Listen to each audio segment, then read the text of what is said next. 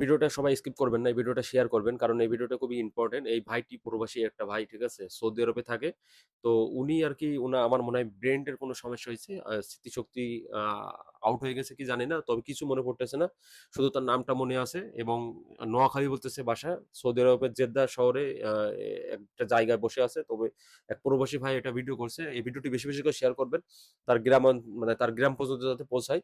আসলে সে কি অসুস্থ হয়েছে বা কি হয়েছে বিষয়টা আমি সঠিক জানি না। তবে আমার মনে হলো যে ভিডিওটা আমি আপনাদের সামনে তুলে ধরি।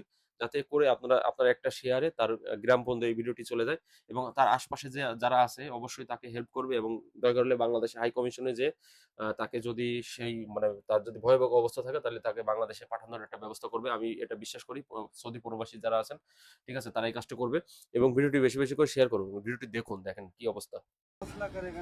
ঠিকানা আর কিছু বলতে পারে না, সবাই একটু শুধু বেশি, ওর বেশি করে আম্মারে শেয়ার করে ডাকতেছে। দেবেন ভিডিওটি আরকি। যদি কেউ যদি থাকেন একটু তাড়াতাড়ি নক করে না। এখানে খানা দানা কিছু খানা, কোনো কথা বলে না, ঠিক আছে? খালি শুধু কান্না করতেছে।